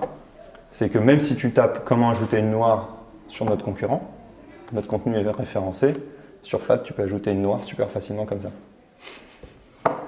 Ouais. Tu vois? Et là, ça devient hyper intéressant. Tu satures, tu rajoutes du contenu, c'est référencé, la notoriété de Flat aide, on est quand même sur des recherches hyper spécifiques, comment faire ci, machin, ou... Tu vois, là, on n'est plus dans le large, c'est très spécifique, donc ça va très vite, il y a peu de résultats, donc tu peux très vite te positionner. Et on a drivé un contenu hyper intéressant comme ça aussi, tu vois, de ces personnes qui cherchent comment faire quelque chose sur ton site directement depuis Google, tu vois. Ouais. Et toujours après la même stratégie, on réfléchit, qu'est-ce qu'on va mettre dans le head de générique, qu'on peut automatiser, qu'est-ce qu'on met dans la méta, Et derrière, est-ce qu'on met un machin, est-ce qu'on n'en met pas un, tu vois. Et là, sur ces liens-là, il n'y a pas tout le train-train que je te raconte. On a une vue globale, ça marche pas. On garde, mais on n'est pas dans la guerre de tranchées comme je te raconte depuis sur la ligne principale. Moins en tout cas. Ouais, beaucoup moins. Et donc là, là on est arrivé sur la dernière grosse phase qu'on a lancée, qui était beaucoup plus stratégie de contenu autour de qu'est-ce que les gens avaient écrit et qu'est-ce qu'ils cherchent, qu'est-ce qu'ils n'arrivent pas à faire sur notre plateforme et qu'ils se retrouvent à le taper directement depuis Google, quoi. Trop stylé. Donc tu vois, très simple. Je vois tout à fait. Il faut être hyper pragmatique. Ouais, en fait, c'est ça le truc, quoi. C'est marrant parce que ça correspond bien à des devs, en fait. Ouais. Genre à des ingés, quoi. Ouais, c'est ça. Une approche qui est purement scientifique et comme tu dis, soit ça monte, soit ça descend. Et puis si ça descend, c'est pas grave. Et si ça monte, c'est cool, quoi. Et tant que tu montes un peu plus que tu descends, tu gagnes. Ouais, t'es content, ouais. C'est ça. Ouais. Et toujours contrôler, garder un peu le trafic. C'est-à-dire que tu peux générer plein de trafic, mais si personne clique ou si personne ne revient, pourquoi tu resterais référencé? Encore une fois, c'est pas une science exacte. Il n'empêche que si tu prends un tout petit peu de recul, c'est hyper logique comme façon de fonctionner pour Google. Ouais. Parce que à un moment, on va pas référencer un truc que personne n'a envie de trouver, quoi. Ok. Et là, tu gardes ta place, etc. Je suis en train de réfléchir un petit peu si on a fait d'autres trucs. On a fait des lancements produits un peu pareil, tu sais, où on s'arrangeait toujours pour que des liens croisent entre eux, etc. Pour tout de suite avoir, mais sur des trucs beaucoup plus spécifiques. Après, ça reste le même jeu tout le temps. Mais ça reste toujours le même jeu. Ça reste le même jeu de comment je fais pour faire augmenter la notoriété de mon site. En commençant petit, parce que tu n'allumes pas un feu avec une bûche gigantesque. Exactement. Et que au fur et à mesure, ça grossit, quoi. Et qu'il faut tout le temps se poser la question. Vous avez des gens qui font que ça? C'est-à-dire qu'ils font que ça. Aujourd'hui, je pense pas que chez nous, je pense pas que ça va nécessiter un job plein temps. Ouais. En tout cas, pas pour l'année qui arrive. Même si, tu vois, c'est juste, évidemment, quand on se pose la question du contenu utilisateur à mieux référencer, on va y passer quelques jours. Il y a de la tech, il y a de la recherche, etc. Mais dans le quotidien, c'est pas tant que ça. Ouais. Des fois, un peu de maintenance, des trucs comme ça. Mais, tu vois, c'est pas méchant. On n'est pas sur le truc galère du site d'e-commerce où il y a un lien qui est plus bon, il y a un produit qui a changé. Où là, tu vois, c'est sûr qu'en suivi, il va peut-être falloir quand même une personne full-time assez rapidement. Nous, ça reste, tu vois, on met en place un truc. Il n'y a pas d'alerte dans la Search Console de trucs qu'on aurait cassé. Voilà. Et si on a cassé un truc, ça reste tellement ponctuel qu'on prendra la journée sur le sujet et on n'en parle plus. Et le train-train, c'est une petite heure, 2 heures par semaine, tu vois, on fait un peu le point et on avance, quoi. Ok. Donc c'est pas hyper chronophage, quoi. Aujourd'hui, vous faites... Non, pas du tout. Et je te dis, aujourd'hui, on passe, on regarde où on en est, etc. Ça l'était au début, par contre. Disons que j'étais plus regardant du truc, quoi. Si tu veux. J'étais vraiment en mode, allez, ok, là, putain. T'étais à fond, ouais. J'étais à fond, comment je peux aller gagner 10 mecs, tu vois. Aujourd'hui, gagner 10 mecs au sign-up, c'est moins ce qui m'intéresse. Je veux évidemment pas me faire déclasser par mes concurrents. Mais encore une fois, on s'est fait surprendre. Tu vois, il y a eu des moves de nos concurrents qui ont hyper bien marché, qui nous ont un peu déclassés, où on a beaucoup moins de liens qu'eux aujourd'hui. Ça a quand même une importance. Donc, tu vois, sur plein de recherches, on repasse en 2e position. Le poids de la marque fait que c'est moins important aujourd'hui. On est identifié, on est connu. Donc, si tu veux, même si tu arrives 2e, tu sais qui on est. En tout cas, dans le monde de la musique. Donc c'est moins critique dans le sens où, mais il n'empêche qu'il ne faut pas non plus se reposer sur les lauriers, tu vois. Il faut quand même continuer de surveiller un petit peu, voir les nouveautés, tu vois, que Google pousse, là, tous ces nouveaux trucs de contenu interactif. Est-ce que je peux le voir, combien de temps il faut pour le voir, à quel point le site est rapide. Moi, tu vois, je suis convaincu que ça va être toute la nouvelle trend de comment ils vont évaluer les sites plus ou moins pertinents. Déjà, là, il y a donc pratiquement 2 ans, ils annonçaient toutes les nouvelles technos pour tout ce qu'on appelle le Progressive Web App, parce que je suis capable d'avoir un site web offline et tout. Ils ont mis à disposition plein d'outils pour faire évaluer son site. Tu vois, ils te disent c'est bien, c'est pas bien, machin. Tu vois, dans une logique de je veux donner le meilleur site web aux gens qui cherchent chez moi, tu vois, ils poussent des nouvelles technos, ils donnent les outils pour s'auto-évaluer. Ça me paraît assez évident que ça peut rentrer dans la balance à un moment, tu vois. Je suis pas en train de te dire que ça l'est déjà, peut-être que ça l'est déjà, peut-être pas. Mais il n'empêche que de toute façon, à la fin, en premier lieu, tu donnes une meilleure expérience à tes utilisateurs. Ils sont plus contents, ils sont plus à même à en parler, plus de trafic. Et derrière, il suffirait que Google se dise il y a un meilleur taux de satisfaction, je vais me baser, mais je vais checker s'il l'annonce ou pas. Et donc il y a un mix entre comprendre les règles du jeu de Google et mieux jouer que les autres, quoi. Ouais, c'est ça, ouais. Et capitaliser dessus et être et être capable de prendre du recul et de se décomplexer du sujet, tu vois. Où pour moi, il n'y a pas tant de magie noire autour de ça, en fait. C'est très pragmatique, c'est très factuel. Et il suffit de se dire, j'essaye un truc. Peut-être ça marche, peut-être ça marche pas. Peut-être ça va prendre du temps. De toute façon, je dois mettre des stratégies en place autour de ça. Je te dis, aujourd'hui, YouTube, on capitalise dessus, ça marche super bien. On a un super trafic d'acquisition grâce à YouTube, avec des petites vidéos où on parle du produit. C'est canon, ça fait le taf. Il y a sûrement plein d'autres idées. Encore une fois, aujourd'hui, on est moins dans une stratégie de croissance comme à l'époque, mais on continue de capitaliser au quotidien sur tout ce qui a été mis en place, quoi. Ok, trop stylé, trop bien. Avec le temps qui nous reste, est-ce qu'on peut aborder éventuellement le sujet des sales sur l'éducation, sur tes plus gros clients du coup? Ouais. Toi, un des trucs que j'aime bien, parce qu'il y a un autre épisode en fait qu'on fait dans la formation qui parle de Sales 101, okay. Du coup on peut en profiter à ce moment-là. Toi, tu as un profil qui est très intéressant parce que tu es ingénieur. Mm-hmm. Donc du coup, très pragmatique, comme on peut le voir quand tu parles de SEO. Un peu moins rentre-dedans en termes de sales, et tu racontais dans ta conférence que c'était un peu compliqué au début. Ouais. Comment tu t'es formé à transformer des leads? Comment tu les trouves déjà, tes leads, et ensuite comment tu les transformes? Bon alors, nos leads, on a cette chance même en éducation, sur le profil un peu plus B2B, on n'a pas du tout de problème de leads. Ils viennent avec la même stratégie de SEO qu'on vient de parler, on les a. C'est derrière que ça se passait mal. Où là, on les onboardait mal. Donc déjà, on n'arrivait pas d'entrée de jeu. Dès la landing, ils avaient l'air d'un produit super sympa, mais pas hyper clair sur la valeur ajoutée. C'est-à-dire qu'ils savaient ce qu'ils trouvaient, c'était cool, mais ils avaient du mal à sentir où ça valait de demander de l'argent. Et on ne parle même pas du prix, juste de donner de l'argent. Donc c'est la première étape, pas terrible. Ensuite, créer de la legacy sur le produit. Je l'utilise, je le découvre, je me dis putain, en fait, c'est trop bien et je vais avoir du mal à m'en passer parce que ça règle un vrai problème. On règle un vrai problème, mais on avait du mal en un temps très court à le mettre en avant. Donc ça, c'est une première leçon. C'est genre si tu veux faire des sales d'entrée de jeu, quand tu as ton premier contact avec ton client, avec ton prospect, il faut l'onboarder, ça veut dire quoi? C'est-à-dire que non, il faut déjà lui faire tout très vite comprendre. Donc étape 1, c'est la landing, avoir un discours plus commercial. Si tu prends la landing de Flat aujourd'hui, elle est toujours, avant qu'elle soit changée, très super produit, ça fait ça, ça fait ça, ça fait ça. En fait, c'est pas ça. Enfin, c'est bien, hein, ça fait plein de choses super sympas, c'est trop bien, mais le vrai point, ça devrait dire, vous allez gagner X temps, vous allez être capable de faire ça, et ça vous fait, et vous gagnez ça, et ça a une valeur. Et ensuite, on vous délivre ça, et ça, vous êtes beaucoup plus performant avec vos étudiants, un meilleur taux d'engagement avec vos étudiants. Paf, paf, paf. Tu vois. Là, tout de suite, tu commences direct à te dire, putain, ok, c'est chambé, je vais perdre moins de temps à préparer mes exos, je vais gagner du temps à les faire corriger automatiquement par l'algo. Et tout ça, c'est en place, mais on l'a jamais mis en avant comme ça, tu vois. Et c'est la même chose, mais dit autrement. Okay. C'est pas juste des exos en un clic, c'est tu perds moins de temps parce qu'il y a des exos en un clic, tu vois. Paf, déjà là tu comprends un peu mieux. Donc c'est rendre le discours avant même de décrocher ton téléphone. C'est pas un discours fonctionnel, c'est un discours à propos d'eux. Ouais, c'est un discours de valeur. De la valeur. Voilà ce que je te donne. Ensuite, le mec débarque sur ton site. Bon, a priori, tu vois, même avec un discours pas suffisamment de valeur, les gens sign up quand même chez Flat. Donc ça veut dire qu'on peut quand même passer cette première étape. Admettons que ton discours n'est pas terrible, un peu comme le nôtre, et que les gens sign up quand même.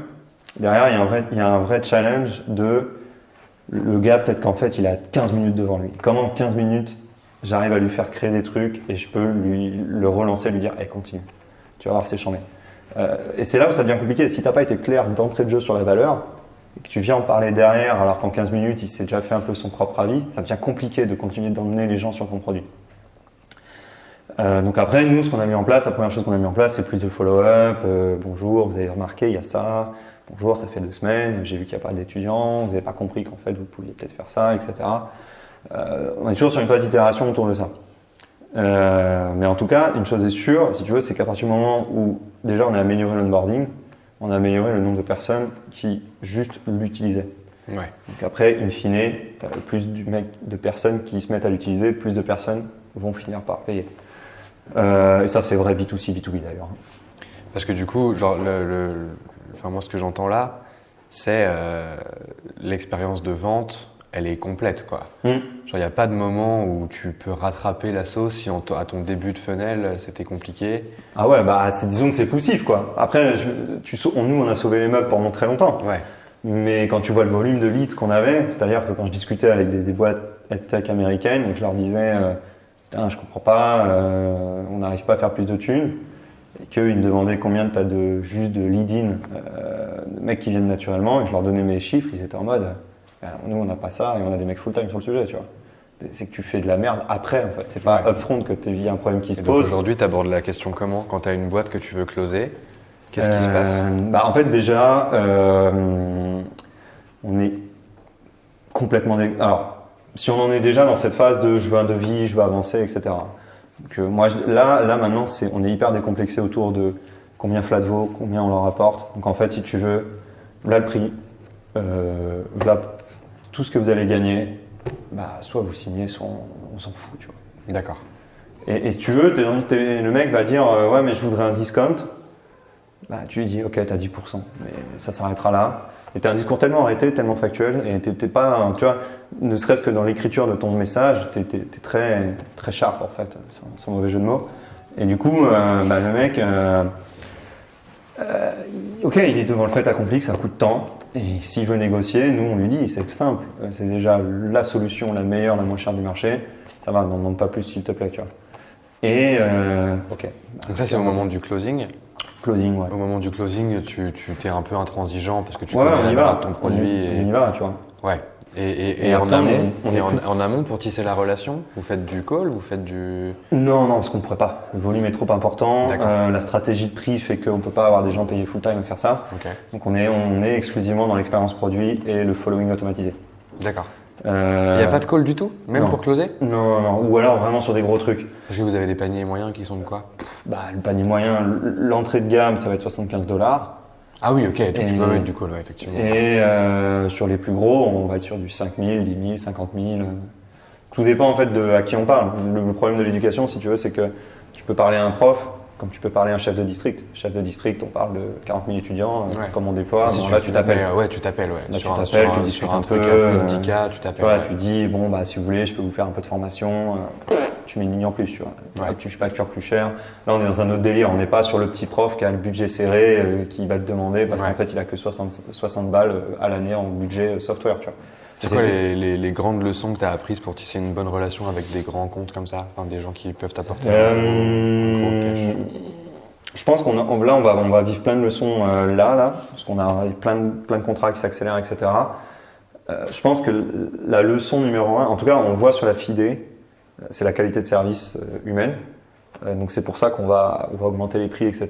Pour garder, quelle que soit la vitesse où la boîte grossit, une qualité humaine de service qui est irréprochable.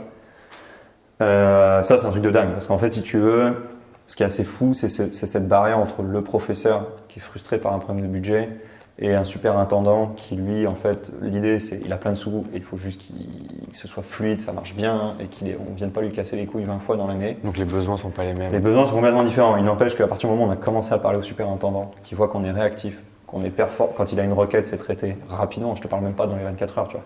Juste, c'est fait. Bonjour, voilà, ça a été traité, c'est en place. Je vous souhaite une très bonne journée. Si vous avez une question, rappelez-moi. Les mecs sont fous. Ils sont fous et ils réfléchissent plus, en fait. Après, c'est putain, c'est trop bien. Moi, j'ai plus rien à faire. J'ai juste à faire un chèque au début de l'année. Je paye un chèque. Et on avance, tu vois. Et chaque année, ça renouvelle. On n'a plus rien à faire. Et le seul vrai jeu à faire, c'est bonjour, vous avez 5 profs dans votre district qui utilisent Flat. Et là, c'est là où je m'entraîne un peu, où j'ai pris pas mal de leçons. C'est en mode, en fait, je vais vous proposer de simplifier votre facturation, votre gestion de licence, etc. Qu'est-ce que vous en pensez? On va faire un seul compte, vous payez une seule fois, et boum, et à partir de là, en fait, j'ai un point de contact qui est différent. Je peux continuer de monter dans la hiérarchie pour arriver sur des mecs qui juste gèrent des chiffres. Et ils veulent que quand ils ont fait le chèque, ça se passe bien, ils n'en entendent pas parler, tu vois. Ouais, donc tu as un besoin de trouver la cible qui est facile à closer, en fait. Plus on monte, plus c'est simple, parce qu'il y a moyen de frustration, plus l'argent est là, et c'est juste comment... Et la stratégie, elle était comme ça, c'est que nous, étant historiquement des mauvais vendeurs, On a préféré faire du bottom-up, partir du bas, étudiant, prof, remonter, plutôt que d'essayer d'être up-front sur du call de reach out. Et, vous êtes formé au fur et à mesure, en fait. Ouais, puis même, c'est plus logique dans d'où on vient, qui on est. On n'est pas et on sera jamais des sales les pires du monde, tu vois, les meilleurs, ça dépend du point de vue de chacun. Mais si tu veux, même si aujourd'hui on le fait bien, tu vois, on est sur un salon, on est hyper performant, on arrive à convaincre énormément de gens en très peu de temps. Mais quand même, tu vois, ça reste que si on devait faire du phoning ou si je devais cadrer une équipe de sales qui fait du phoning, je suis pas sûr qu'on serait beaucoup plus pertinent qu'aujourd'hui. On serait sûrement bon, mais l'argent investi up front sur ces gens-là, il faudrait quand même closer beaucoup plus, tu vois. Donc, sur le modèle qu'on a, ça marche pas. Ouais, donc vous prenez ce que vous avez aujourd'hui en termes de moyens techniques et de moyens humains. Et on capitalise dessus pour remonter et augmenter les paniers chaque année, etc. Parce que vendre, c'est pas que décrocher son téléphone. Ouais, c'est ça. Il y a aussi une grosse partie de FIDE. En tout cas, dans l'éducation, c'est ça. Alors franchement, une école heureuse qui t'a signé, tu l'as 10 ans, quoi. Ouais. Tu vois, mais il faut la signer. Mais il faut la signer la première année. Mais à partir du moment où tu as signé un prof, tu es déjà dans le registre de compta. Donc ils connaissent déjà, tu as déjà un compte de vendeur, les écoles d'un même district partagent les comptes de vendeurs. Ça va beaucoup. Ah, vous êtes chez nous? Ah, trop bien, allez, ça va plus vite pour moi, c'est plus simple, je prends flat, tu vois. Donc il faut aussi, en tout cas dans l'éducation, il ne faut pas non plus brûler les étapes, tu vois. Il y a des cycles, il faut les respecter, il faut prendre le temps de se faire une place. Et après, les choses se débloquent naturellement, tu vois.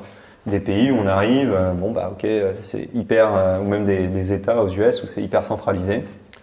Voilà, ça fait 4 ans qu'on vous voit passer, on va simplifier tout ça, on va faire une commande globale.